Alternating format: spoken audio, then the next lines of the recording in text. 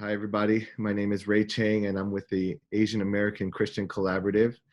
I have with me a phenomenal thinker, speaker, writer, activist, and friend named Jemar Tisby, who is the president of the Witness Black Christian Collective. I'm just curious, how have things been looking from where you're sitting, especially as a Black Christian?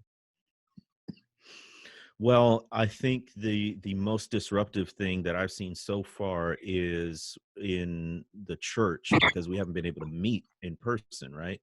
So we've been trying to figure that out as a congregation. I'm also situated a bit differently because I'm in a rural area. I'm in the rural Delta, and so it hasn't hit here like it has in some urban areas, but it's coming. We got a case confirmed in the next county over, and they're actually in the hospital in our county. So uh, uh, we went to Walmart. That's the only place to do grocery shopping around here, and they're only they're enforcing the 6 feet apart rule. And if people don't stick to that, they're going to enforce only 10 people in the entire store at the same time. And they had police out there the other day. So it's impacting everywhere, different paces and everything. But I'm trying to attend to the spiritual needs and concerns of my community, as well as still trying to get things done. But that's nothing compared to what people of Asian descent are going through, because you've got all of that on top of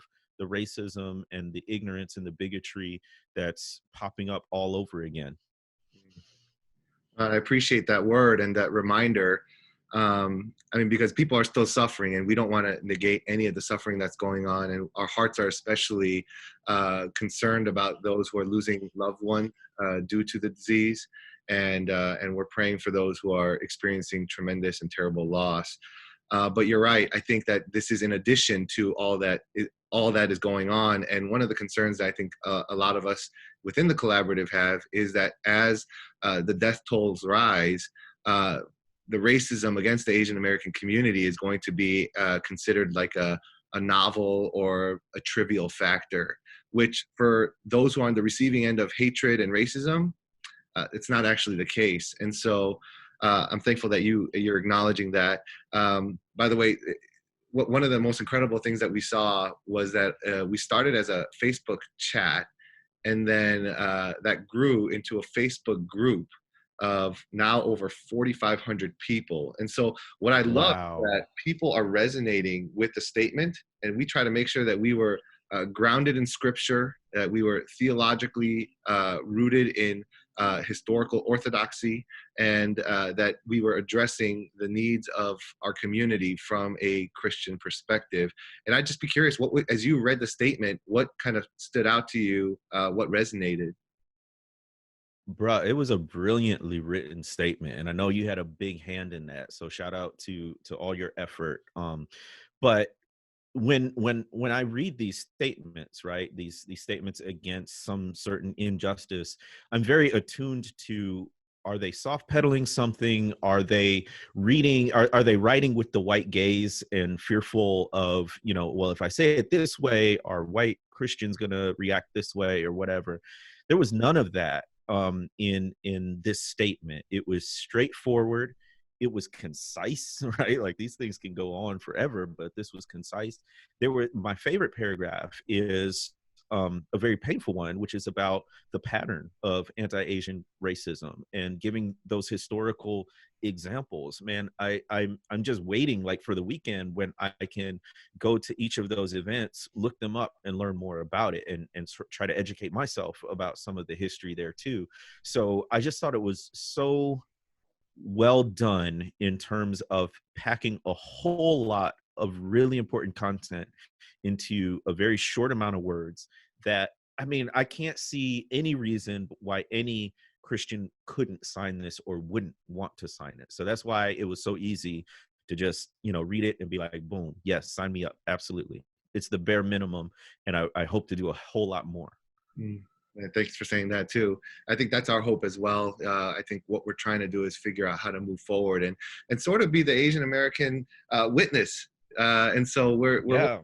kind of following your footsteps and grow in the ways that you've grown, and speak into society and culture and the church in the ways that you have, so that you're able to highlight the Black Christian experience and to celebrate all that God has deposited into your community, and educate and inform all the other groups from other backgrounds on what the realities are, as well as to kind of hold a historical memory so that future generations and progeny can kind of look into what had happened in 2020 and 2018. That's right.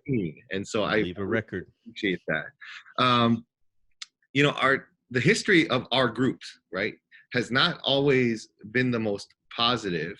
I mean, one of the most significant criticisms, and I think rightful criticisms that people have that we've received, is that when Black Christians and Black people in general, who are made in the image of God, have struggled, have suffered, have been under the thumb of oppression, have been marginalized, and have basically been brutalized, Asian Americans and specifically Asian American Christians weren't there for them. And both of us come from collectivist backgrounds. And so when we say Asian American Christians and Black Christians, we associate ourselves with those in the past, even though we weren't the ones who were there to make the decisions. And I'm just curious what your thoughts on that might be as we start having conversations about how we can move forward. I guess in our next segment.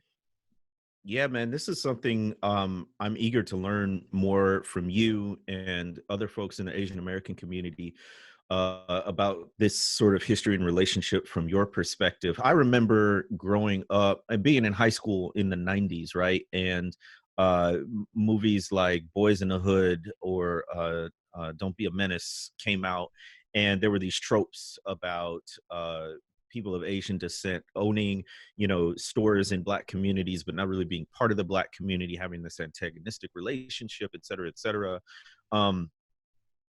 My personal experience was pretty diverse in high school. I had friends of Asian descent, but it wasn't like on the radar, right? We didn't really talk about it per se. We knew we were different and diverse and had different backgrounds, but it's not like I knew much about their culture or I felt like they knew much about mine. From my perspective, and I could absolutely be wrong, you know, if you think of like whiteness as concentric circles with sort of European whites in the center, and then because whiteness is inherently anti-Black, it creates this category of Blackness that they're against, tend to be in the outermost concentric circle, but you can still move closer to that center circle. You're never quite white, right? You never quite are part of that. But if you're light-skinned, if you're educated, et cetera, you can move closer to the center and then get the advantages and privileges of being closer to the center. And that's what I observed from afar, is that, when you come in to United States culture and society, you can choose you can choose whether to what degree you want to sort of assimilate or play the game and move closer to the center, or do you want to sort of stand with the marginalized? Now, for Black folks, especially darker skinned Black folks, there's only so far you can go, unless you're extremely talented, like, a LeBron James or something like that. But thankfully, he's maintained some solidarity with the Black community. But for other folks, especially who aren't of African descent, what I observed is like a lot of Asian folks who I knew,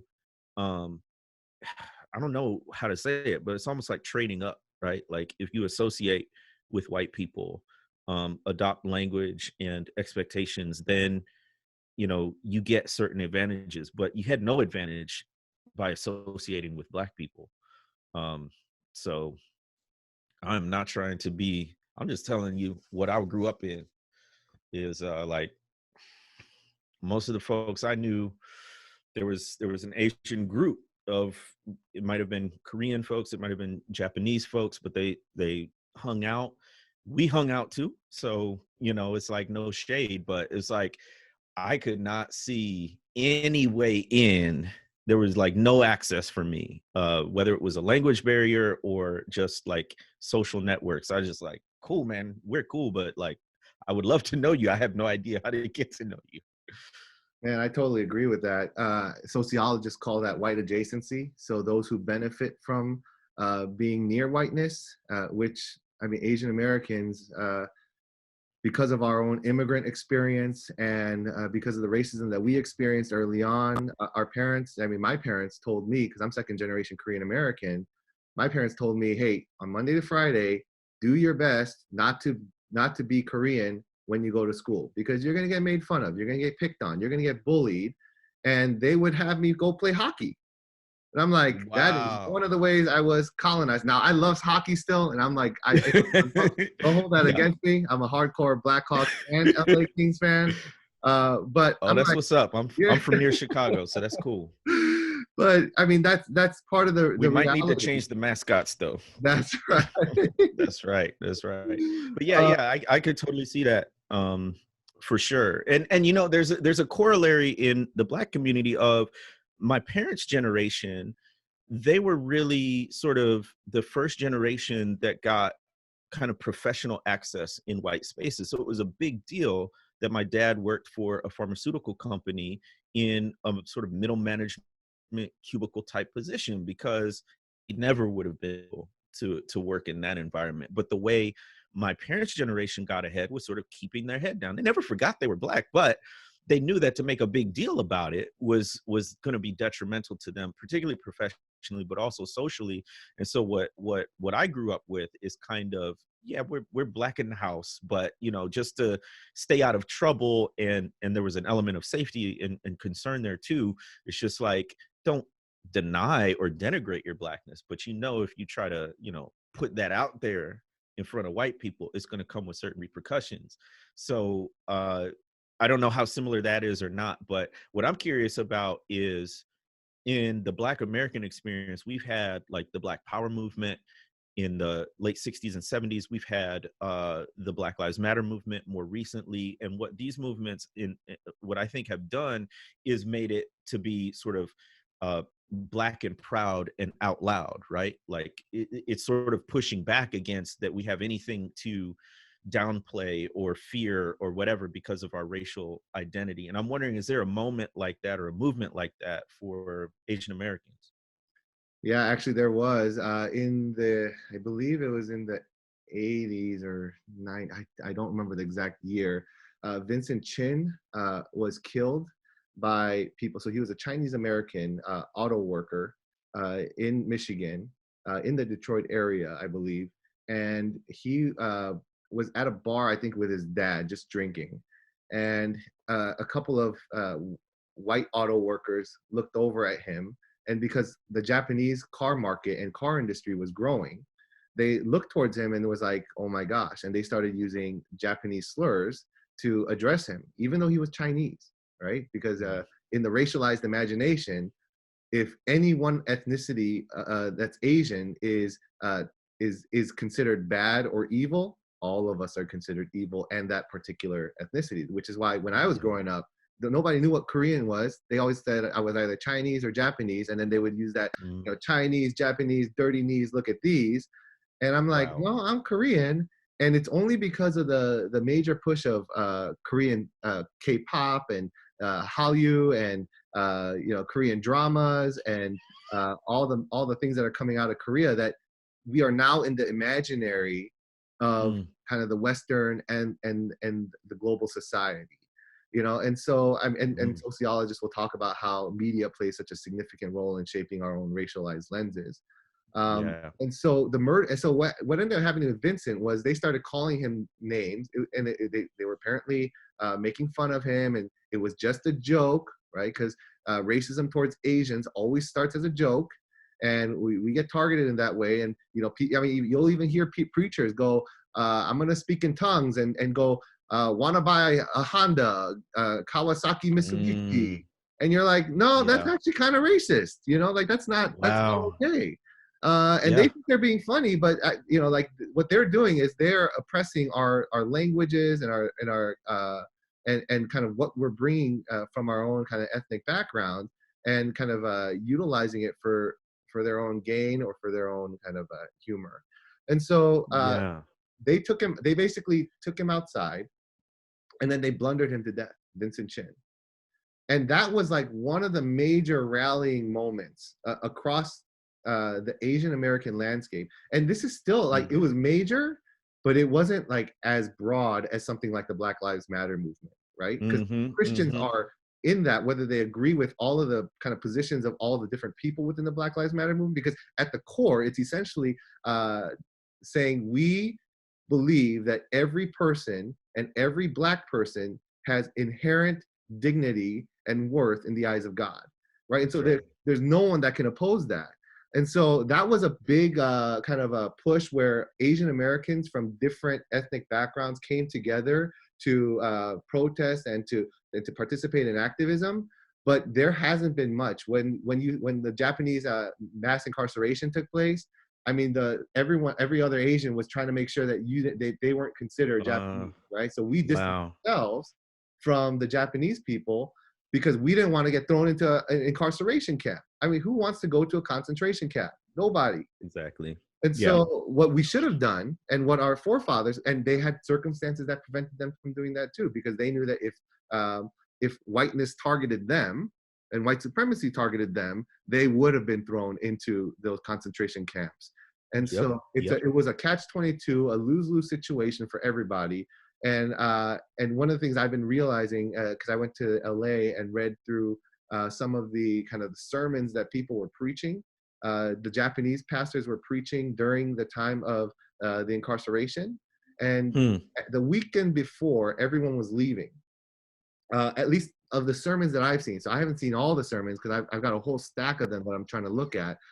But the ones I've seen so far have basically said and cited Romans 13 over and over and over again. And then this trust that God is with you in exile as you go to concentration camps. But at the same time, you are called to obey the government, which the government just 15 to 20 years later, because they had more representation from the Japanese community and the Asian American community more broadly, said, no, that was an illegal act. We committed a crime as a government, and then basically paid each family under the Reagan administration $20,000, for many of whom lost everything, and so so people who had farms, all of that was gone with overnight. People took their land, and when they got back, they had nothing left. No one was there to tend to their farms. I mean, you have some amazing stories of those who were working on the farms that stayed and kind of cultivated the land and took care of it. But overall, I mean, there was a significant amount of wealth that was lost. And one of the things that they learned is there was a group that said, we have to really put our heads down and just fit into society. And then another group, a far smaller group of Japanese Americans that said, we can never let this happen again. They took cues from the Holocaust and the Jews in Nazi Germany that said, never again.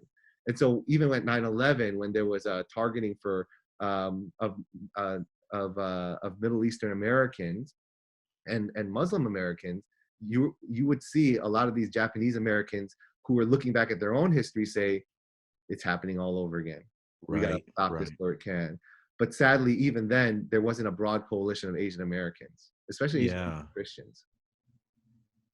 So when this most recent wave of anti-Asian racism occurs, is there a sense across ethnicities and nationalities of Asian solidarity?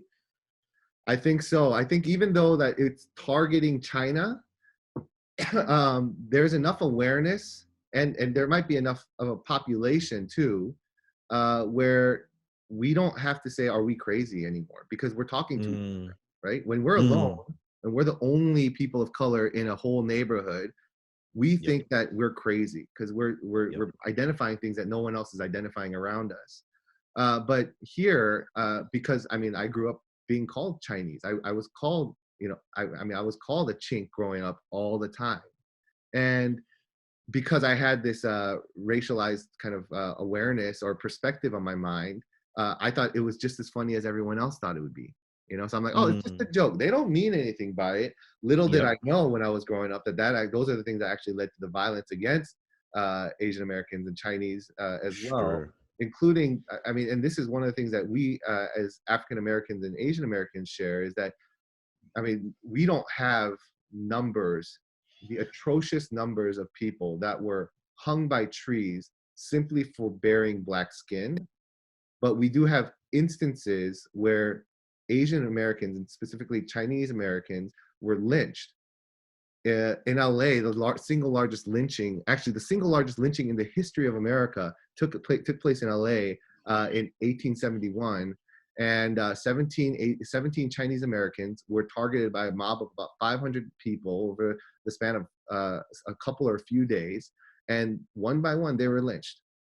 You know, everything from I think their fingers were cut off to, you know, just to be them being beaten and then hung and shot and everything else in between. And so, is there a name for that incident? I think it's just the Chinese massacre, it might be called. Yeah, so I think it was a Chinese massacre in Los Angeles. And if you go to Chinatown in LA, there's actually a small little plaque, a memorial right next to the Chinese American Museum, which is right next to Union Station. Everyone knows Union Station because it's always showing up in movies. It's worth visiting and just kind of sitting there in silence and seeing Absolutely. that, you know, a group of people that were just trying to pursue the American dream, you know, weren't given the opportunity because of the way that they looked and because of their. That's right. And I was just reading about the Chinese Exclusion Act in the 1880s, and man, it's a brutal history of Asians coming to the United States in general, the Chinese in particular on the West Coast, and Japanese as well. But it's a history that we really don't know very well. I mean, as much as I lament how little sort of Black history that we know, at the same time, there's so little Asian history that we know of our regions. I was very excited to find out, like I said, I'm in the Delta region. There's a pretty long history of Chinese in the Delta, which is a really unique kind of, I mean, it's just not a whole lot of racial or ethnic variety down here. But you know, people of Asian descent have been just as much a part of the story of this nation and this continent, really, as any other people group. I'm wondering if, man, like, is there like a hashtag now? Like, how are y'all convening on social media? I mean, I'm like, how does this become? How is this a movement? You know? Yeah, I mean, I think one of the hashtags people are saying "wash the hate," racism is a virus, and then the hashtag that we're using is the AACC statement, because that's where that we're seeing that trend, and we're wanting to see that continue to grow so that it leads to an awareness of what's going on. We're so excited because even I just got a message from someone and the full email from one of the people who were kind of a part of the group, and he brought it to his church, and the church elder board at this predominantly white church in Arkansas, right, where there's like, I think he's like, yeah, man, 2 Asians, or and I think he told me that there's like he knows all the Korean Americans in the kind of region, and he's like, yeah. like 50 of them, right? And they actually the elder board sent out an email saying, hey, you know, let's be mindful that we're not calling it the Chinese virus unnecessarily, because on top of it being kind of tied to China, we're also fueling anti-Asian racism, whether we know it or not. And there are unintended consequences of this. And so our words matter and our rhetoric matters. And so they're saying, let's do some more education, which is one of the things that we're hoping for. Like, I mean, like you said, I grew up in the public school. You know, I was homeschooled for 1 year. I went to private school for a couple of years.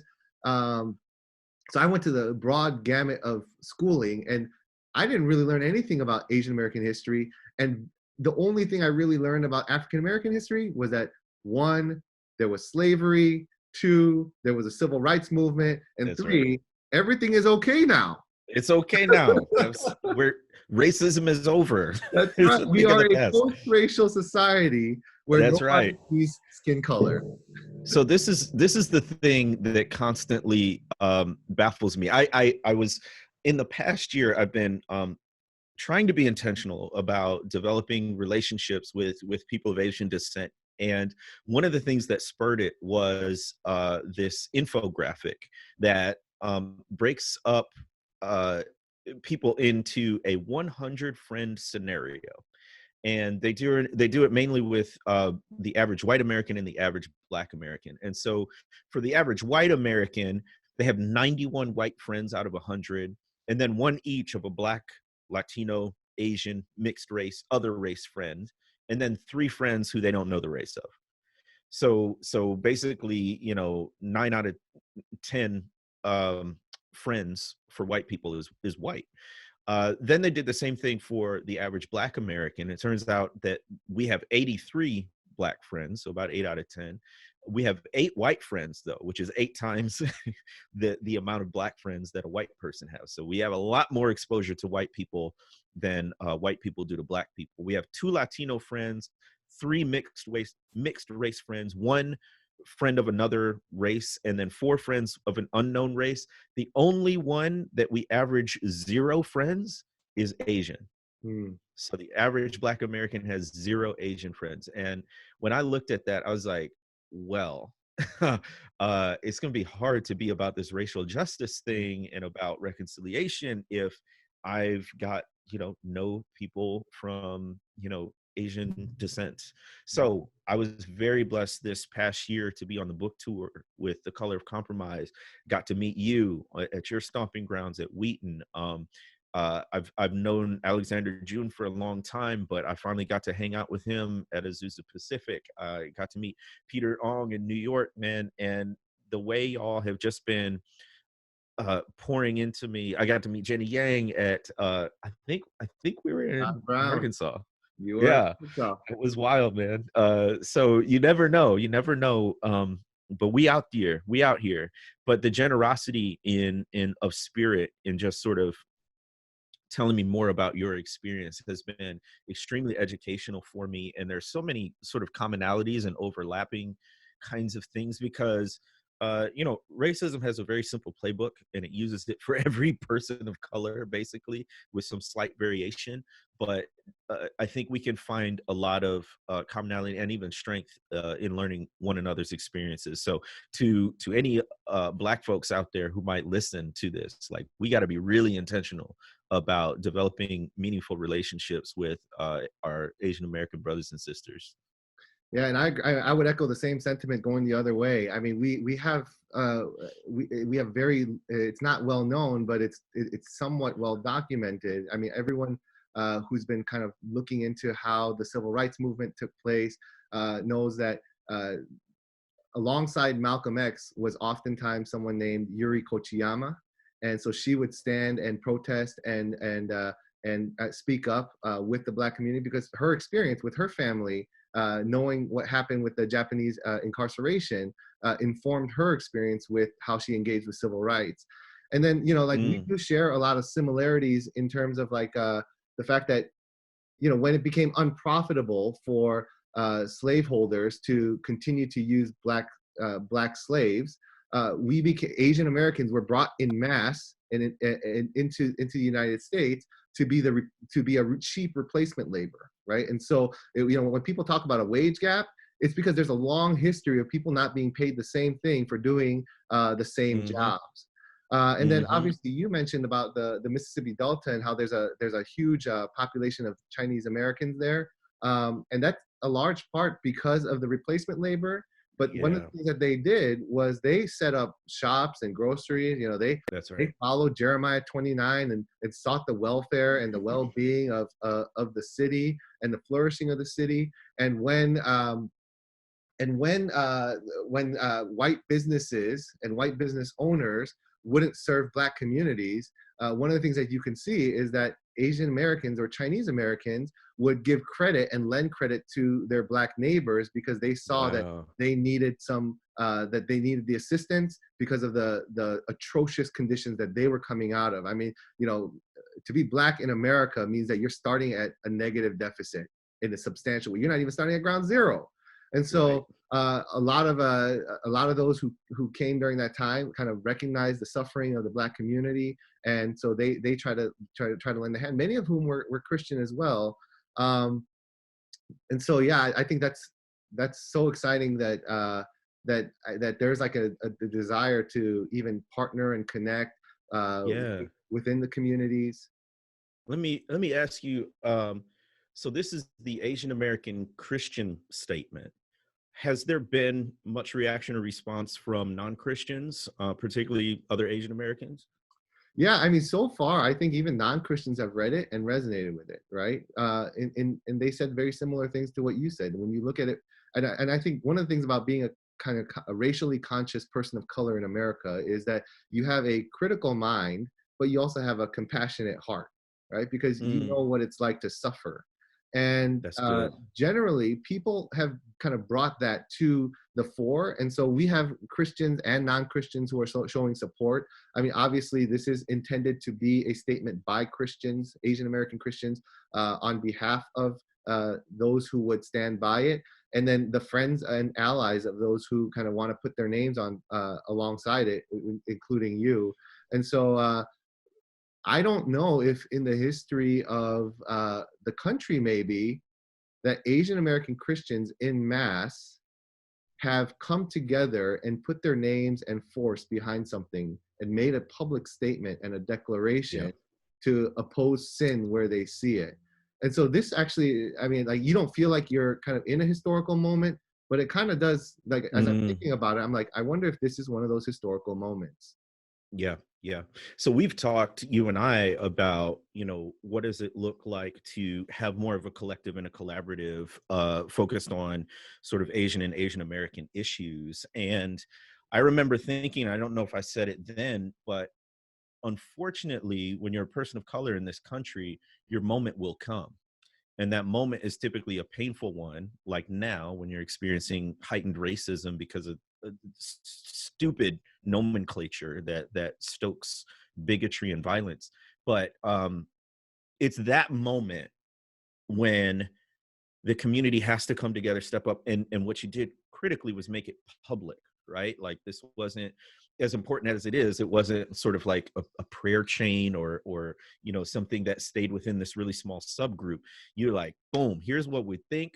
Here's our theological and faith reasoning behind it. We would like you to sign it. What is so impressive to me is how God has strategically placed so many folks who were leaders in putting this thing together, because y'all were able to reach out. I mean, it's reached, Christianity Today, Religion News Service, I'm sure other outlets, and so it's getting that sort of national attention, but also different kinds of attention from college and university personnel and seminaries to, church folks like you mentioned, to just folks like me sitting at the home in, stay at home orders and all that stuff, and see this stuff. And there's actually literally something that's stirring about it. And again, it gets to how well written it was. So if folks are listening and they haven't, it'll take you 3 to 4 minutes to read. But when I felt it, it was like a call to action. It felt like I wanted to do something. And like I said at the beginning, publicly attaching one's name to this kind of a statement is the bare minimum we can do. So tell us what more we can do.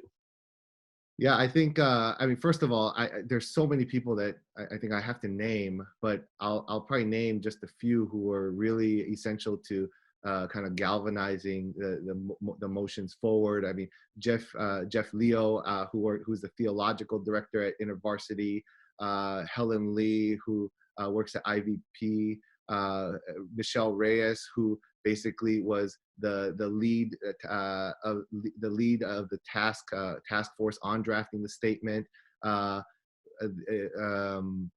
Gabriel J. Katanis, who's a pastor within the ECC, Peter Cha, who so many people around the country recognize and just kind of respect and revere. You know Suchan what's different Ma. too? What? You then like white evangelical movement is like how many women you've named. Like, I just love that. And And we're not it's even often the done. same. I know you've got way more to go through. It's often similar in Black Christian circles too, but just like, I love that it's the whole community, right? Yeah, no, I mean, That's what's yeah, really good. I mean, so it was a collective effort. I mean, Viv Mubani, Margaret Yu with crew. I mean, it was unbelievable to see how everyone was like, no, we see the necessity of this.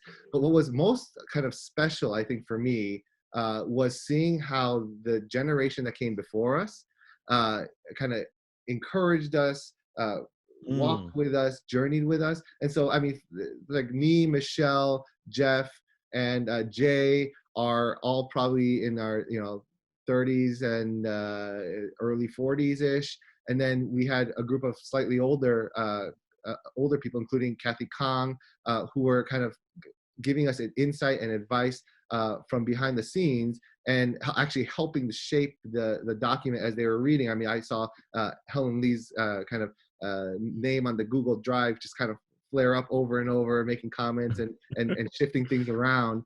But they, like a lot of them had written a statement to kind of the evangelical world, or more specifically to the white evangelical world, based on a series of incidents, I think that led up to 2013, or something of that sort. And they were basically opposing the fact that we are constantly stereotyped, these unhelpful tropes, Wow. these racist tropes are constantly being produced by different Christian organizations and stated by different Christian leaders. And then we were being called too sensitive or overly sensitive, or making things, Sounds throwing familiar. things out of proportion. And I mean, what they did in speaking to the evangelical world, because like anytime you do something like this, and anytime you labor for something like this, you do it out of love, right? You don't do it because you just want to call people out.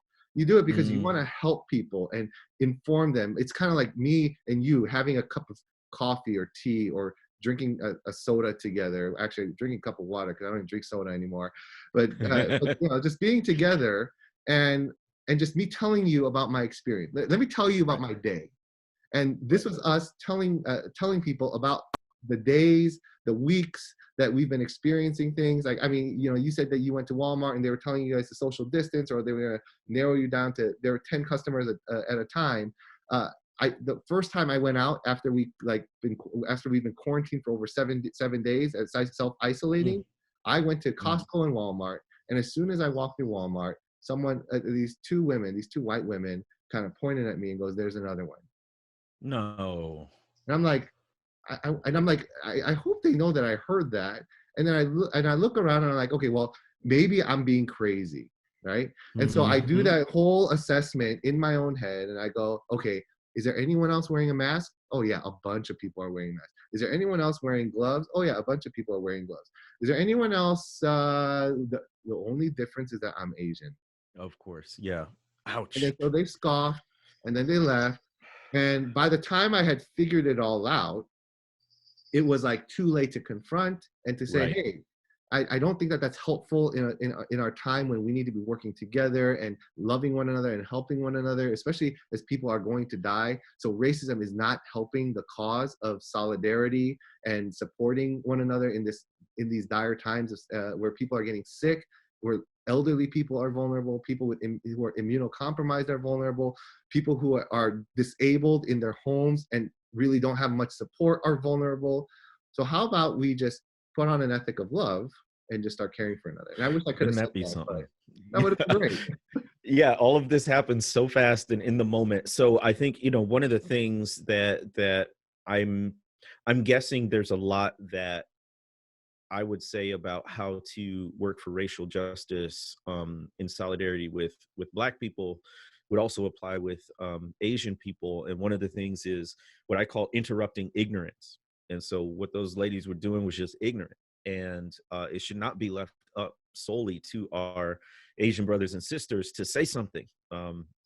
I can say something if I see something like that, or a white person, or a person of any other race or ethnicity. We need to be allies, and I just love it. It is a breath of fresh air when something like that happens, and I open my mouth, but somebody beats me to it, and they're not even a racial or ethnic minority, right? Like, that's super helpful. I think another thing a lot of people have been saying is to be sure to support businesses financially that are Asian American owned and led, just to demonstrate that kind of really tangible support.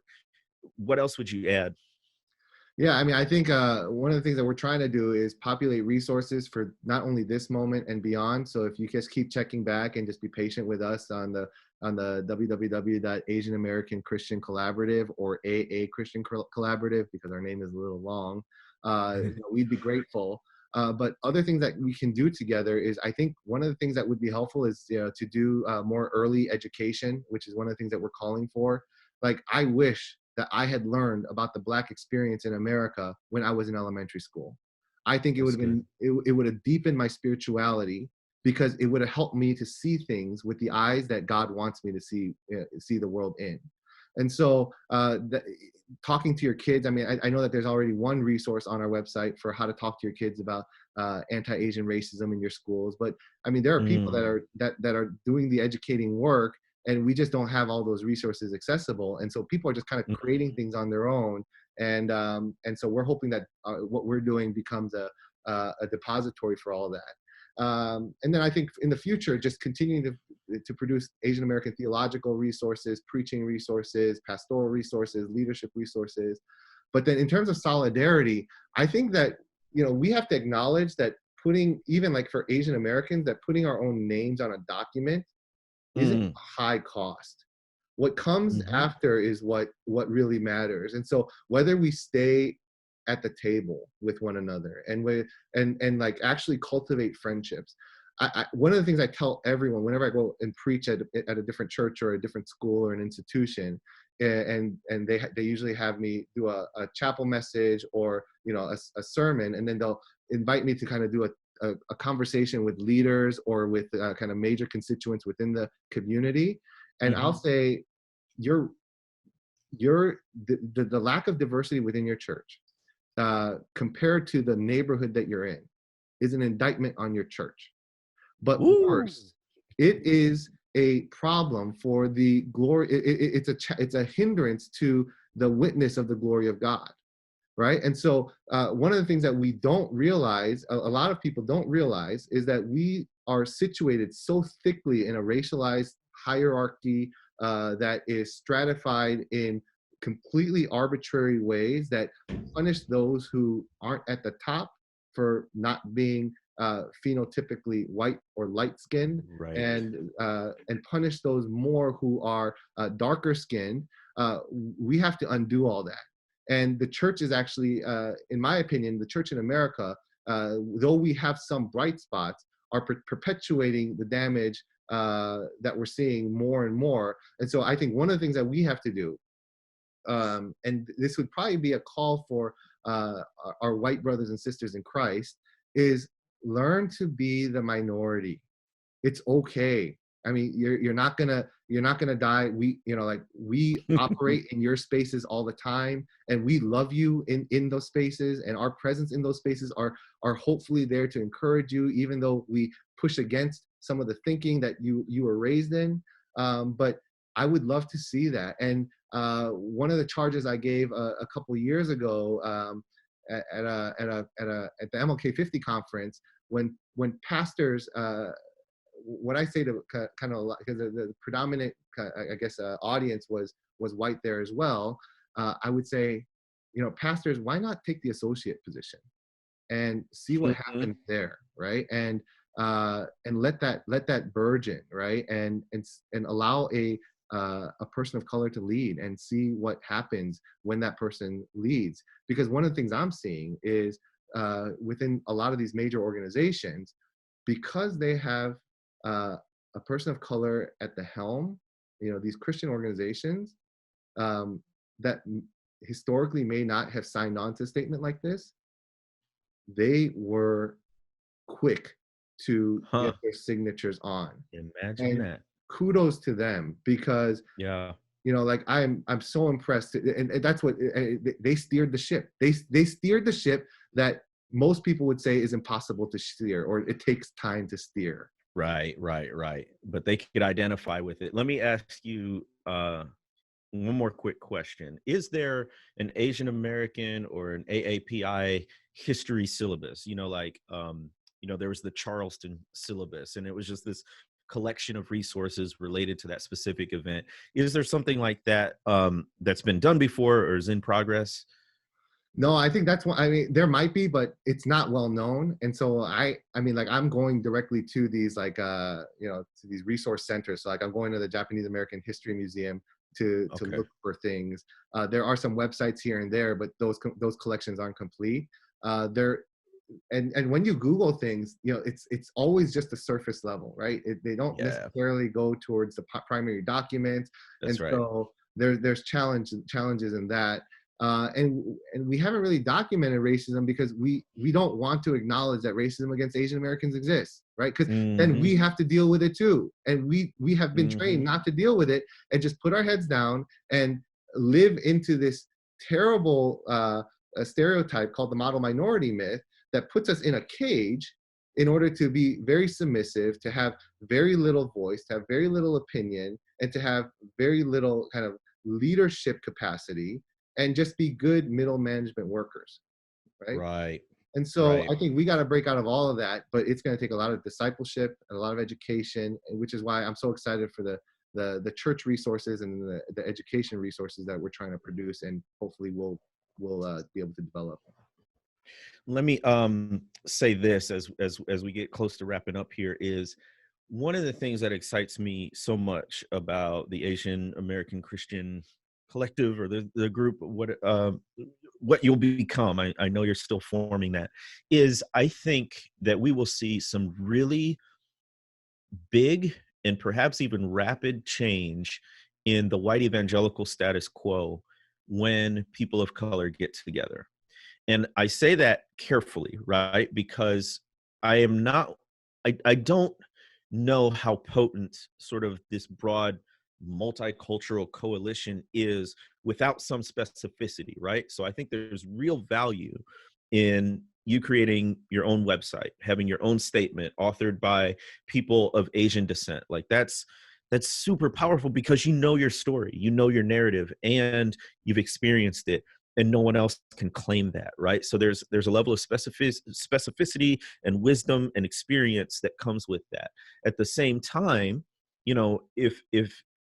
if you can sort of organize and gather around your specific experience, Black people and people of African descent can organize around our experiences, but then at certain moments and in certain causes come together in solidarity as people of color, as folks who know what oppression and marginalization feel like. And we're all saying the same things. And we're all saying this at the same time. And we sort of have this particular point or policy or issue that we're pushing toward. That's, I think, getting closer to some of the movement and changes we've all wanted to see in the church, particularly in the United States. So I don't know what God's going to do with this, but I'm so glad y'all are doing it, and we're behind you 100%, and way more than putting our name on a document. However we can help and support, we want to do that. No, and I appreciate that. I always tell Asian Americans that we can't understand our experience without learning about the Black experience, right? Because we're so intricately tied, and we are basically a car that has been somewhat attached to your experience on a train, right? So, you think about a train and there's multiple cars. And so we might not even know that our cars exist and they're interconnected, but they are. At the same Yeah. time, we also, our experience stands on its own.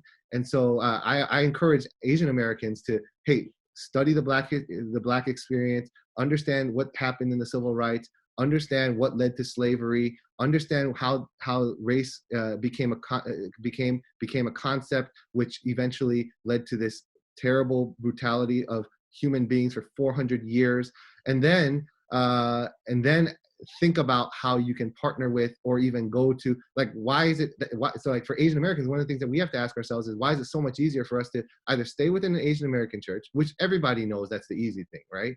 But it's far easier for us to go to a white church than a Black church. And if Mm. anyone has gone to a Black church, you just take a few weeks to be there, get to know the people, eat a little bit of the food that they offer you at the end, right? Because that's a shared experience. Yeah. Understand that and Korean American preaching and Black, and Black preaching is actually very similar. Man, say We that. gotta Yeah. get to celebration. We got to get to celebration, and we also know lament, right? And so those are things that we share. And then and so those are things that I share. And I say, go to a Black church. If you're going to a new area, you're not a part of a community, and you're trying to enter into new fellowship, look for the Black church. become a member there, and show what kind of solidarity and what kind of lines we can draw, because relationships make a difference. To our African American brothers and sisters, one of the things I generally ask people to do is understand the Asian American experience and try to break out of the black and white binary, because the black and white binary isolates African Americans from Latinos, Asians, and Native Americans, right? And so you'll hear people say, we have to address the black issue first. And what that does is it perpetuates the problems of white supremacy throughout society, because we cannot be together in solidarity with one another.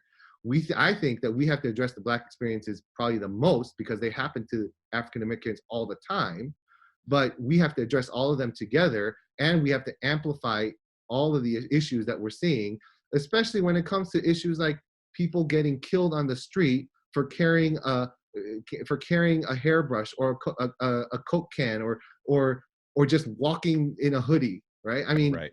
I'm never going to have an issue with someone looking at me funny because I have Asian facial features and a lighter skin tone, but that's different, right? And the fact that black people have to think about whether they're going to wear a hoodie or not is absurd. Right. That's good, man. Well, I'm excited, and I hope this is just a beginning. You initiated this call, and I'm glad you did, but I'm excited to share it across platforms, because I think that's more of what we need to do. You've got our prayers, brother, and anything we can do, like I said, from social media to anything more concrete and tangible. Just know that we are in this together as much as we can be, and praying for you all in this age of the coronavirus. Yes, we appreciate you. We love our African American brothers and sisters, and I want to apologize for the ways that our community has not stood with you in your time of need, and in the ways that we have failed to live in unity with those who are literally oppressed, to live in Christian unity with those who are literally oppressed. And so that's just my apology, and I hope that will spark other Asian Americans to stand with you and to join with you when an issue attacks your community, which we know it inevitably will, sadly, and we hope that will turn out in droves for you. Praise God. Amen. Thank you for that, brother. We'll talk soon. Sound good. Thank you.